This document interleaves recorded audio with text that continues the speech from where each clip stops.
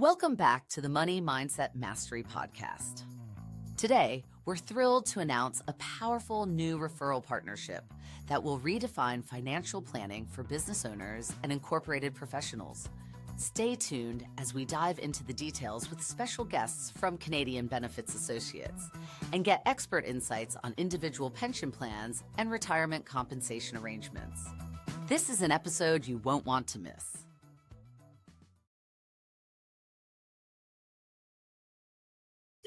Love that song. Pretty catchy. How's everybody doing? I'd like to welcome everyone to the Money Mindset Mastery Podcast. I'm your host, Jim, and joining me as always is my co-host, Ryan Genoe. Ryan, how are things today? Good. There's so many faces on the screen right now. I don't know what to do or who to stare at right now. So it'll be interesting to have this conversation today because, again, today is about education and introducing something admittedly I didn't know much about up until really like 3 or 4 months ago. But it's very interesting and how it can help a number of clients out there and specific to what their needs are. So yeah, I'm here to learn mostly. And again, the face of the podcast. Yeah, it kind of looks like the Brady Bunch intro, right? It's we're missing one more, I think. So next time we'll add a third one or a sixth one, actually. So today's topic is maximizing your retirement, exploring IPPs and RCAs, and we have 3 special guests joining us today. First, from Canadian Benefit Associates, we have Clark Steffy, Director of Actuarial and Consulting Services. Clark, welcome. Thank you. Glad to be here. Yeah, thank you very much. And we also have Muneer Feeroze, Managing Partner. Muneer, welcome. Great. Thank you, Jim. And then also joining us, we have Mike Lee, CPA, founder of Exponent CPA Professional Corporation. Mike, thanks for joining us today. Thanks, Jim. Happy to be here. Yeah, so again, we're going to keep this fairly casual. What I will say is we are live streaming right now on multiple platforms. So if you happen to be on your lunch hour right now and you're watching and we catch your attention and you happen to have some questions, as long as the social media platform that this is streaming on live offers the ability to send a comment in, you can go ahead. We'll pick it up on our end, and if we're able to, we'll definitely be able to share your comment or any of your questions. So that's just on the side. But the first thing we're going to say, Ryan, is we're really doing this today because we've recently partnered up in a referral arrangement with Canadian Benefits Associates for them to come in and offer actuarial and consulting services to our business owners and professional corporate owners as well. So that's a recent offering, and we feel that there's definitely a need for the expertise that both Clark, Muneer, and Mike offer as well to our clients. So why don't we start off a little bit with the background of Canadian Benefits Associates, and I'm going to open it up to anyone who wants to kind of step in and take over from here. Okay. Well, thanks, Jim. Why don't I sort of start off and just give you a little bit of a background. Canadian Benefits Association, or Associates, was started up about 15 years ago. The principals within Canadian Benefits Associates have combined experience of over 150 years. We are a boutique actuarial shop, which basically means, we do a lot of IPP RCAs, but extending from the IPP RCAs, we also do a lot of just regular DB, post-employment plans, SERPs, etc. A little bit about my background. I've been in the industry for over 35 years now. Clark and I have been working together probably at least for the last 20 years. Yeah, and I go back with Clark probably about the same time as well. So we have a long-standing relationship. And Clark, when did you officially join Canadian Benefits Associates? Well, that's a great question. I officially joined on January 2nd of this year, but Muneer, I've been referring advisors to Muneer and his firm that I just friends from the industry, being in the pension field for the last 30 plus years. They always came to me saying, who should I call about an individual pension plan or a retirement compensation arrangement or anything complex in the pension field? Sometimes it's been a governance question, sometimes it's just a technical question. And Muneer, out of maybe he confuses work and fun, but he just has gone over the top trying to help me and my clients, even though, they weren't even a client of his. And we just grew and grew and grew. And then on January 2nd, I said, well, let's make this official. We've been working together for 20 years anyways on an informal basis. So yeah, that's how it all happened. And we met Mike, I think it was in November of December, and he's a specialist. It's not, I don't know of any other IPP RCA accountant specialists or tax specialists, and he's already sent us 12 IPP RCA clients year to date. So he's really embraces the solution and knows how to help the client save money in taxes with it. And what we find is many accountants have some experience with the IPP RCA, but they're not expert in it. Thanks. I'll pay you some money. Just excuse me, guys. I lost my headphones, so I can't hear anything right now. Okay. So Ryan, maybe you can kind of step in. Technical glitches all of a sudden. Yeah. So again, we mentioned it very quickly. Individual pension plans, so IPPs, and retirement compensation agreements, RCAs. I think as we talk about through this about what and how is most important and what is the value that it adds to clients. Again, we wanted to take this on a high level and allow people to ask questions down the road, especially if it's something that sparks their interest. But what is the value and importance of starting some of these things like an individual pension plan, IPP, or retirement compensation agreement?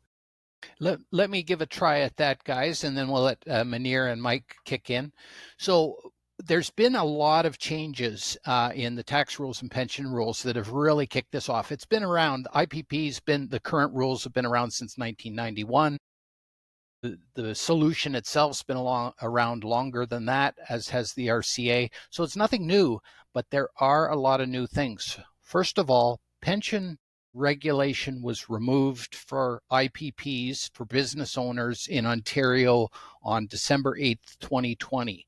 So that was a turning point where it just became much more flexible. All contributions are optional, and the assets no longer have to be locked in upon wind up. So that changed everything, because prior to that date, a lot of clients would say, well, this looks great as a tax sheltering tool and I can tax deduct the money, but it looks like a big commitment. I've got $1 million of past service, for example, I could buy, and, contributions double what the RSP limits allow almost.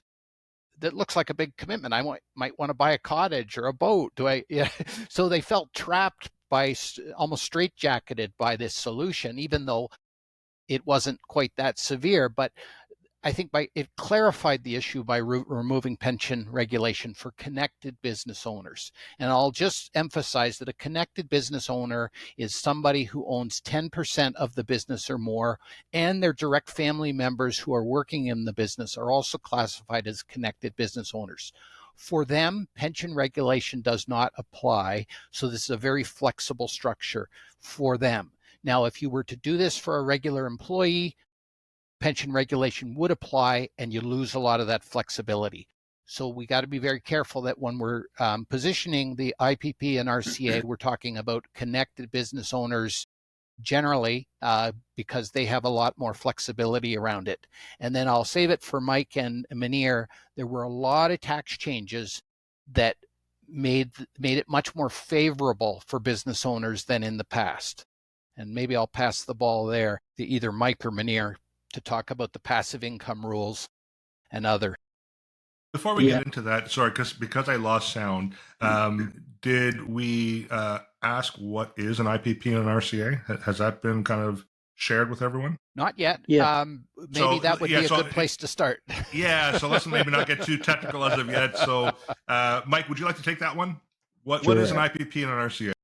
So IPP and RCA, they're basically what we call a registered account. There's no difference than RSP or any other pension. So registered account meaning you register with the CRA, right?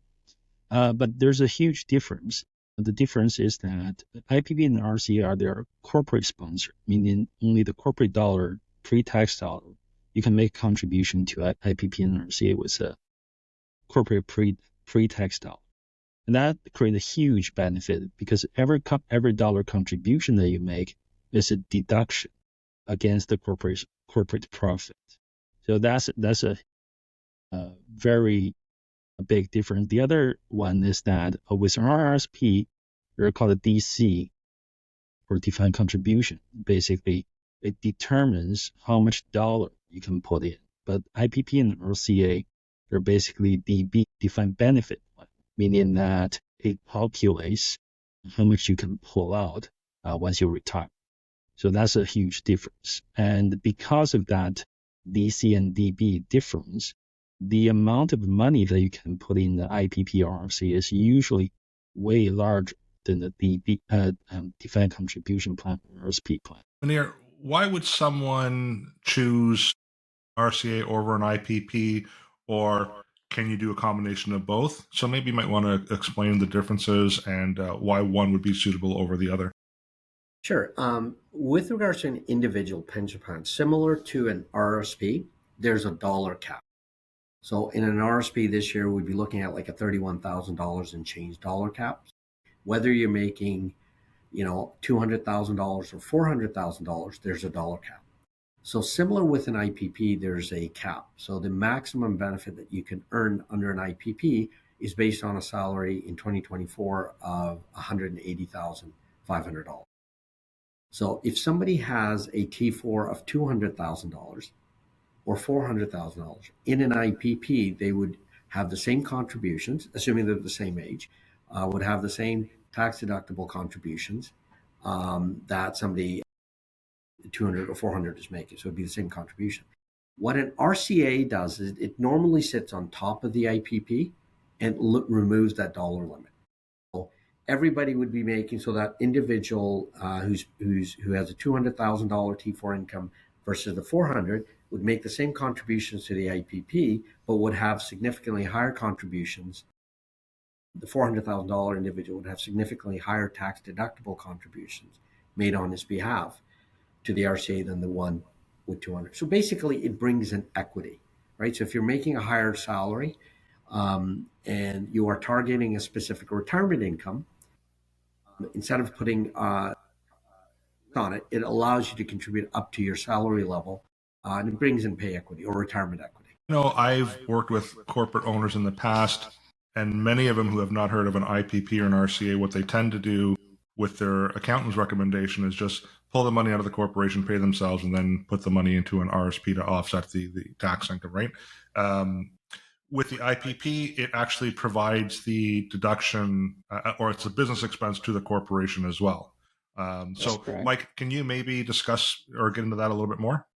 The benefit Sure. from doing it that way? Yeah. Dividend is really a very common way to compensate business owners, but that has changed since 2015, where they introduced this TOSI, right?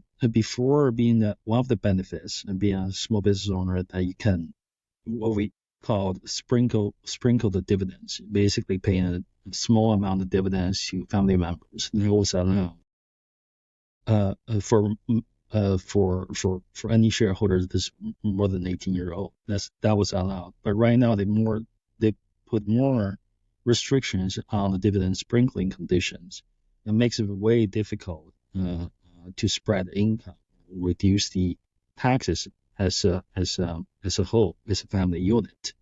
So we had before 2023, we had more tools. Basically, we can withdraw a larger amount of money at a lower, more favorable rate. But that changed as well after 2023. So right now, we don't have too much tools left. And especially after 2022, December, they removed the restriction that Clark just mentioned.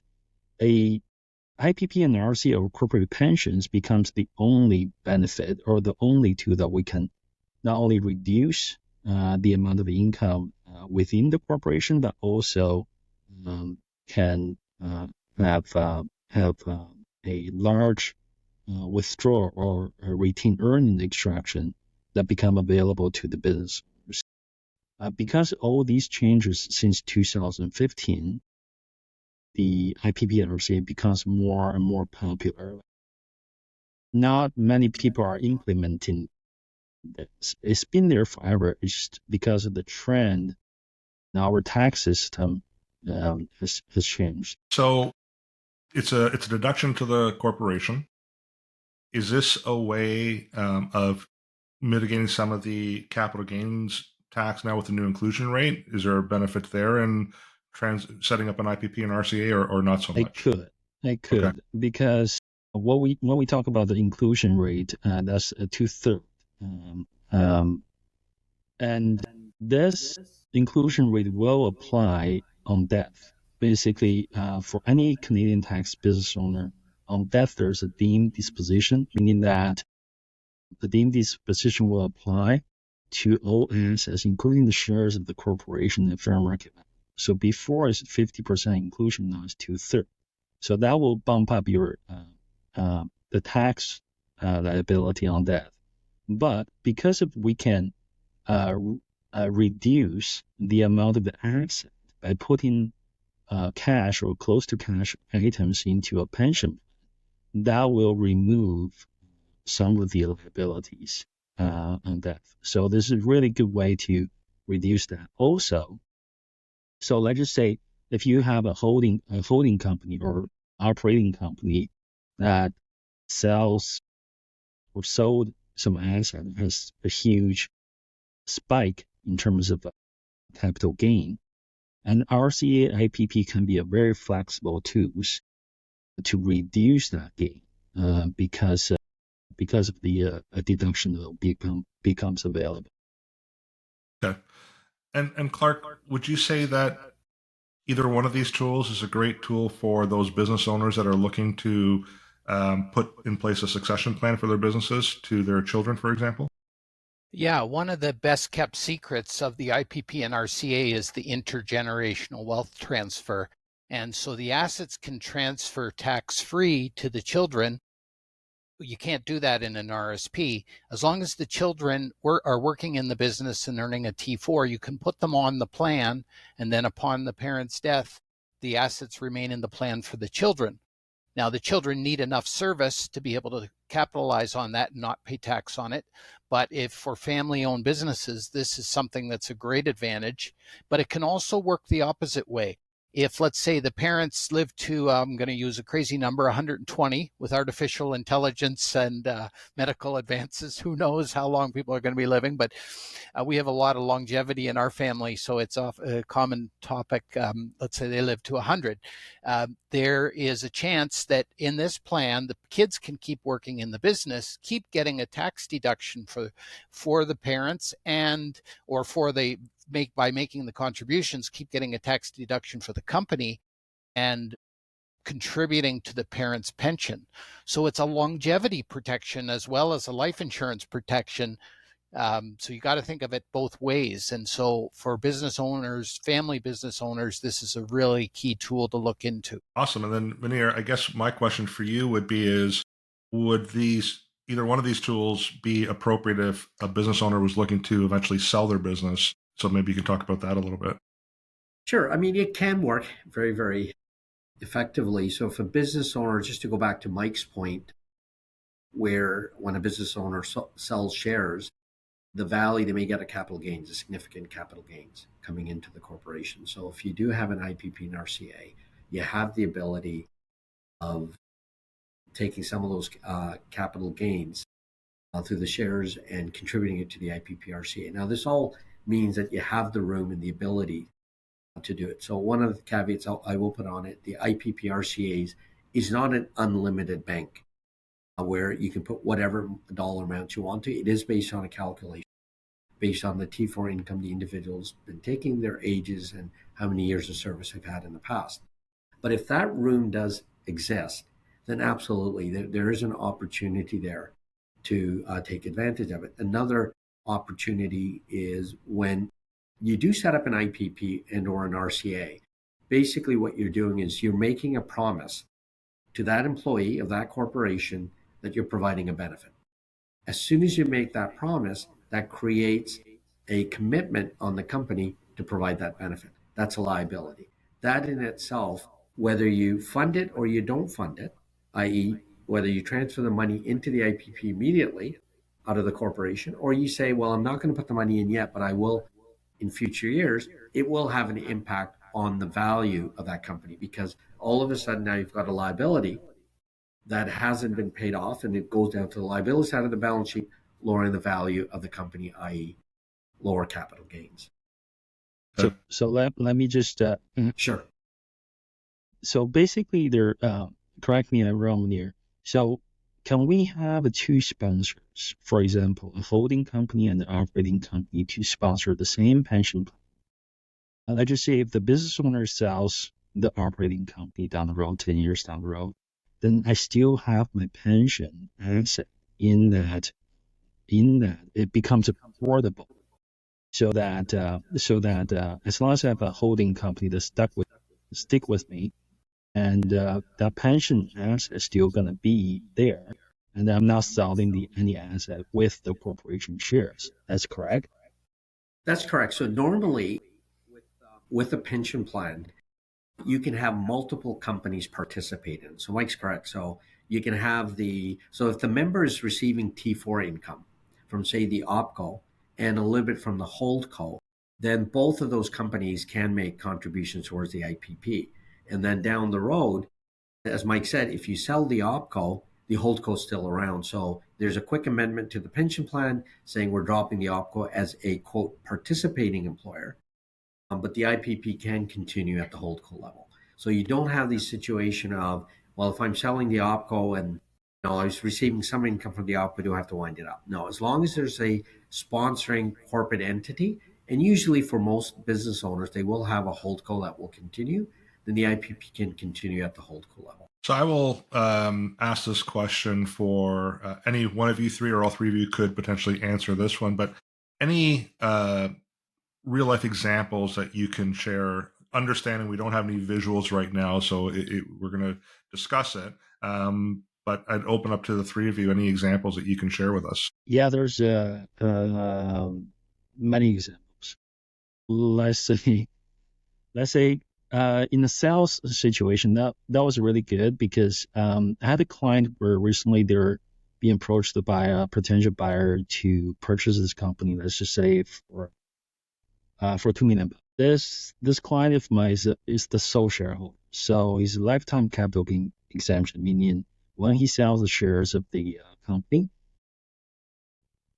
well, it really depends on if the budget going to pass. Let's just use $1 million to be a assumption. So he's only got $1 million exemption for the disposition for the capital gain of the shares. So he's still got say another $1 million where they cannot shelter because he doesn't have enough room for capital gain exemption to shelter that gain. So what do? We could potentially suggest the buyer to say, why don't you pay the seller $1 million for the shares and commit another $1 million to contribute the pension of that corporation. So this proposal was well received, I should say, and we're able to save the client significant dollars on the transaction. That's one example. Continue back to Muneer's example, where if you have set up this pension as a commitment, also a liability to the corporation. A lot of estate freeze situation where the original or the first generation business owner, they're converting their common shares or value increase shares to fixed value preferred shares. And that can reduce the value of that on the conversion, which eventually would help the first generation business owner to save tax on death, and also will increase the value of the new shareholder or new common shareholder, which usually are family trusts or the children of the family or of the business. That's another situation. We have more situations like, say, for example, departure tax. And that's also very cash flow wise, very detrimental to someone who wants to leave Canada and owns shares of private corporations in Canada, right? So we can set up this type of structure where that would significantly reduce the amount of the tax on leaving Canada. And that's another example. I can probably jump in and give you one of the advantages. So when you set up an IPP RCA, depending on the services and the T4 income you have, the tax deductible contributions could be significant. So in another circumstances, what happened was the corporation had significant assets invested through the corporation, retained earnings, investable cash. So we set up the IPPRC scenario. They then took the cash that they had in the corporation and invested it into the IPP/RCA. Now, in this case, I'm just going to use different numbers, but the concept is the same. They say popped in $2 million into the IPP/RCA combo. That gives them an immediate tax deduction. So if the net income for that corporation that year would have been $500,000 and they would have paid taxes on the $500,000, what now happens is that corporation has a loss of $1.5 million because their net income would have been $500,000. Now they've got an expense for $2 million. They now have a loss of 1.5. So for that year, the corporation pays zero taxes, but that $1.5 million of loss can be carried back 3 years and any taxes paid reclaimed, i.e. they can take those losses back and reclaim them, or forward 20 years. Now in this situation, I believe the client went back and reclaimed some of the taxes that had already been paid. So this is another example of where there is a potential. Mike, correct me if I'm wrong with this 3 and 20 years forward. 3 years, yeah. 3 years back and 20 years forward, the ability to go back. So if you do have a prospect who has had a really good year last year and paid a lot of taxes, now they do have the ability of potentially being able to recover some of the taxes already paid. Now, one of the side advantages of this IP that we haven't talked about is when you're looking at the IPP/RCA structure, there is a concept of passive income rules. So anytime when you have realized income based on passive assets, so you've got retained earnings in the corporation, you're investing it in the stock market, it realizes income. Once it's over $50,000 that year and going all the way up to 150, the active tax rate starts increasing from 12.2%. This is for Ontario, but for other provinces slightly different, and it starts increasing until by the time you hit 150, you'll lose that small business tax advantage. So one of the other advantages with an IPP/RCA is in this situation, when you're moving $2 million out of the corporation and putting into an IPP/RCA, guess what? That $2 million no longer generates realized income inside the corp. So there's a potential that you may now be paying lower taxes, depending on your situation, on your active income. So that's a side benefit of making that contribution on top of the tax deductions. It's really good for amazing. healthcare professionals. Yeah. Okay. Primarily healthcare professionals, or would you say lawyers who have professional corps as well? So any professional corp? Yeah, any professional corp. Okay. So let's talk about that in terms of qualifying or being able to set up an IPP and RCA. I mean, you can't be someone who just establishes a corporation tomorrow and set this up. Like there are certain rules that have to be followed. So can you maybe share some of those so that way, new business owners aren't calling us saying, I want to do this, it sounds fantastic, and saying, sorry, we can't. So whoever wants to take that, go ahead. Well, let me start off with it, and then I'll pass it on. Normally, the rules of setting up an IPP/RCA is you need T4 income and incorporation. To answer your question, if I were to set up a corporation, say September 1, and wanted to set up an IPP, yes, I could. It's just that I wouldn't have any past service. So the only thing I would be doing is putting it from September 1 onwards.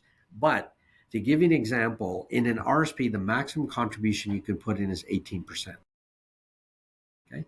With regards to an IPP, depending on your age, that contribution rate could be 23% or 24%, all the way up to 29% when you're getting close to 65. So just that difference between if you're starting from September 1, for every dollar of T4, you can now put in 25% versus 18% is giving you 7% extra contribution. All it does, it doesn't give you the ability of past service, which could be, for people with long past service, could be hundreds of thousands of dollars. Okay, so someone who does start a corporation draws T4, significant amount of T4, can set up an IPP and make the contribution to the IPP. That's Immediately. great. Yeah. Okay, so that's good news. Anything else you guys want to add to it, Clark or Mike? I think the only thing is the timing of the setting of this IPP or RCA. So in order to qualify for deductions, the contribution, IPP and RCA are slightly different. For IPPs, you have 120 days after the year. But it takes time to get IPP approved from the CRA. So you have to bear that in mind. The other thing is RCA. RCA is the contribution has to be made prior to the year. So let's just say if you have November year, for example, and that plan has to be set up. And when we go through of all this IPP or RCA setup, we also have to talk to your financial advisor. It depends on which bank. Each bank will have different processing time. Let's just say some are better, some are not so good. So you have to take that into consideration as well. You cannot just wait until Friday, you say, we'll set up this thing in 2 weeks. Usually I think it's still doable, but it's really, really put a lot of pressure. Well, let's speak about that because it sounds potentially complicated. There's a lot of moving parts to these structures.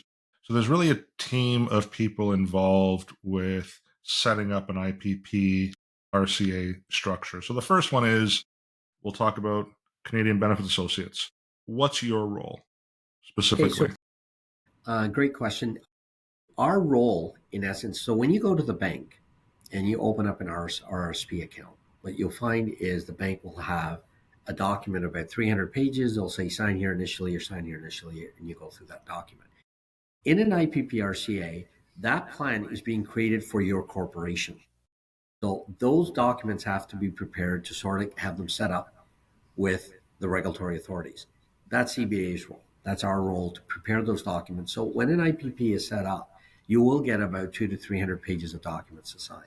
But the complete preparation of those documents is the responsibility of CBA. So with regards to the other parties, the investment advisor, the accountant, and the member themselves, the member's responsibility will be to sign a lot of those documents and sort of say, go ahead and set it up. The advisor's responsibility is basically opening up the IPP account, right? So we need the account opening application. And the accountant is basically the financial guru who's going to go and say, look, here's the numbers. Yes, it makes sense. And when to contribute. So that paperwork and that filing is all our responsibility. Once it's been filed, I usually joke with our clients that, it takes them about 15 minutes a year to actually do the regulatory filings. Most clients will come back to me and say, well, it's a couple of minutes because we just signed the documents you sent. So regulatorily, there's a couple of documents that you have to sign each year, which is, again, part of our service offering where we prepare them. And and one of the individuals who's responsible for signing will execute them. And then we file them with the regulators. Now, and there's clearly a cost associated with that. We won't get into the cost at this point, but whatever costs there are in terms of setting up the IPPs and RCAs, that's a tax deduction to the corporation as well.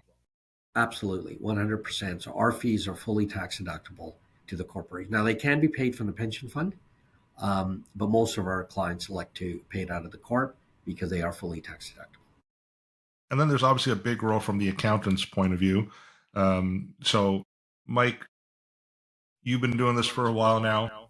What is the role of the accountant, and maybe what is your role in supporting some of those accountants? Because I can speak to TVH Accounting, David, who you've all met. He does his accounting. That's what he's really good at. But he definitely appreciates the support that you provide him to be able to kind of identify these opportunities. So maybe you can speak to the role of the accountant, both yours and other accountants that might be listening right now. Okay. For my own clients, is basically knowing your clients, right? You know their family, you know their what kind of cash flow they're looking at, you know how, if they have a windfall profit this year in terms of their operation, or if they sell an asset, there's a huge capital gain. From that point, I can basically make a recommendation. Hey, here are my tools. We can potentially looking at implement them to see if that's going to save you a couple dollars in taxation.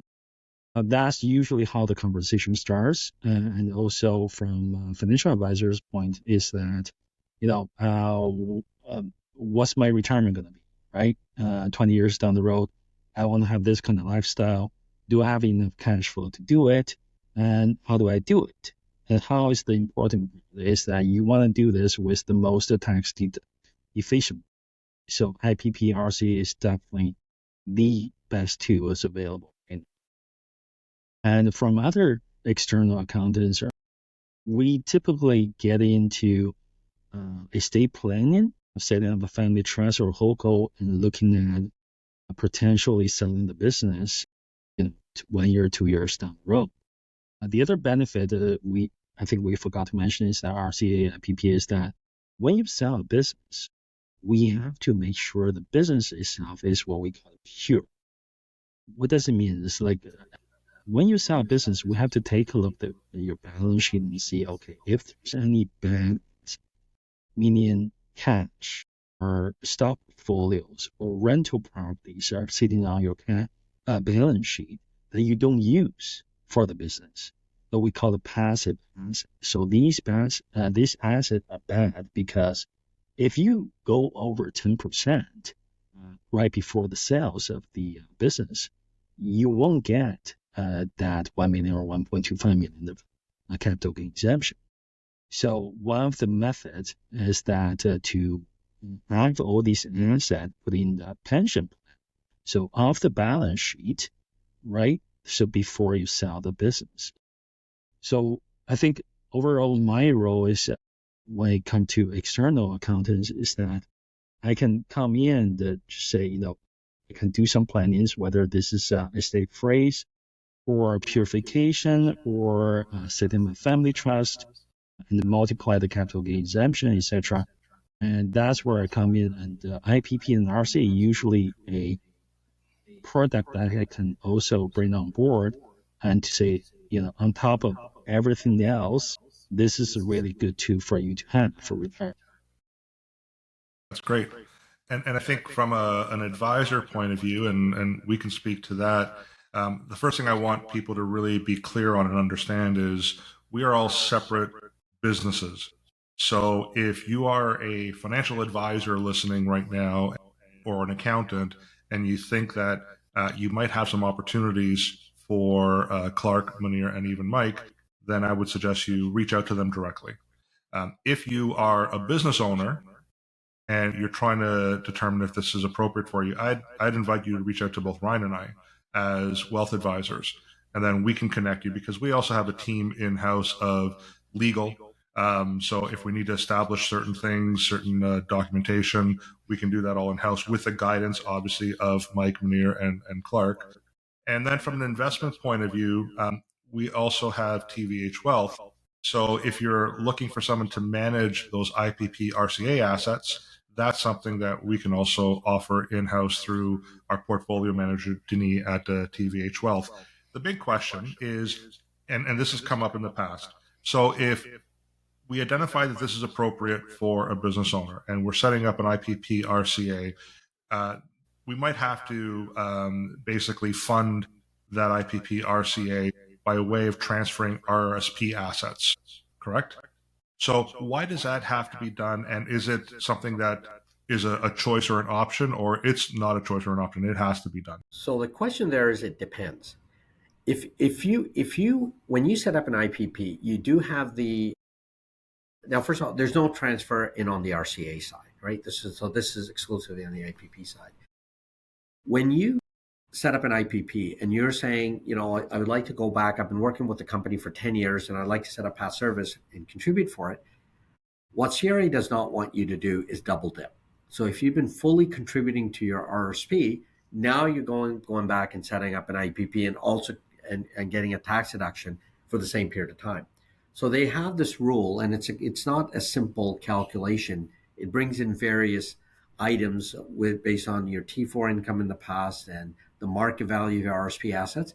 But in a nutshell, you get a number, and that value is the amount that CRA will say is what you have to transfer from your RSP into the IPP for you to be allowed to be buying the past service. Now, that transfer is what we call a qualified transfer, which means it's not taxable to you. It's just transfer from one registered plan to another. But usually the way the numbers work is, so if we're creating a past service, I'm just going to use some round numbers here. The qualifying transfer may be $250,000. But the value of that past service benefit you've set up could be $400,000. What that means is your RSP would transfer the 250, but that 150 additional contribution now becomes a tax deductible contribution for the corporation. And the corporation can make that contribution get a full tax deduction. But if you elect with 10 years of service that you don't want to do any past service contribution, or you don't want to have any past service and you just want to move forward, then there's no qualifying transfer. One other caveat: if you have been running, you've been working in the company, what some business owners do, and they have no RSP assets or very little, but they have a lot of RSP contribution room. So before that qualifying transfer is calculated, we can use all of your RSP contribution room to provide that past service. So that's the first thing we would do. We do the calculation. We say, do you have RSP contribution room? Yes, we'll use that up. If there's any additional amount we need, then we go and say, okay, this is the X dollars you have to transfer from your RSP into the IP. Okay. So I'm going to speak to right now to business owners who might be listening or watching. If you have an advisor or an accountant who hasn't brought this to your attention, I would say reach out to us. Obviously, we put together a strong team here to help you. Now, does it mean you have to fire your accountant? No. Does it mean you have to fire your advisor? Not necessarily. So we're not asking you to, stop those relationships. But I would suggest that at the very least, reach out to us. And when I say us, I'm referring to Ryan and I at TVH. And we can determine again if this is appropriate for you, and then we can connect you with the right people, obviously. So we're going to probably start to wind things down a little bit here. Any last comments, Clark, at this point that you want to make, Mike or Muneer? Well, I think you make a really good point, Jim, that if your financial advisor or accountants haven't brought this to your attention, it's probably because they're not familiar with it or uncomfortable with the solution. So hats off to TVH for digging into a topic that's a bit technical but has tremendous advantage for your business owner clients. Perhaps the other thing is, if you're not a business owner, you do have to worry about another layer of regulation, but these can be very useful for senior executives. Obviously, your company, the senior executive's company, has to have buy-in to do it for you, but it can be a very useful tool for senior executives that have a tax problem because they're earning too much money. Maybe a nice problem to have, but these can be very useful for severance situations as well as retention and attraction of key executives. But for the most part, these solutions are used for business owners because they're much more flexible for business owners. Mike, any final thoughts or comments on your end? And if not, it's okay. Yeah, I'm good. Thanks. You're good. And Muneer? You know what? I'll just close it off by tying in the three main entities in it. Us as the actuarial firm, Mike as the accountant, and yourself as the investment advisors, is when we're setting up an IPP RCA, we would think of ourselves as the old what, when, and how. So we are the entities that will calculate, what amount you can contribute. The accountant's going to tell you when to pop it in, take advantage of the tax deduction, tax deductibility, and the advisors will tell you how to invest the money. So, and those are the three different roles when you're running an IPP RCA. Awesome. Well, I'd like to thank everyone. Ryan, can you maybe share with everyone how they can find us and what they should do in terms of clicking stuff and all that other wonderful things that we do at the end of an episode? Pop quizzing me now. Yeah. I thought I'd just close with saying, for business owners out there, if you don't want to make your business more valuable and you don't want to, save for your future, then, don't do this. But if you want to make those steps to make the value of your business better for yourselves generationally too, perhaps if you like saving some tax along the way too for your business and at the end, well then give us a call. So, tvhfinancial.ca is our website. Our phone number is the one that I always forget because I don't call ourselves. So Jim, sorry about that. 647-727-4668. That's how you can reach us. So yeah. And if you're watching this on a social media platform, we encourage you to subscribe, share, click, do all those wonderful things. And until next time, we will see everyone soon. Thanks again for your time today. Thank you.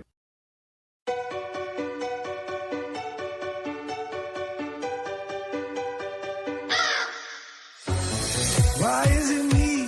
Why am I a guy? I still buy low, still sell.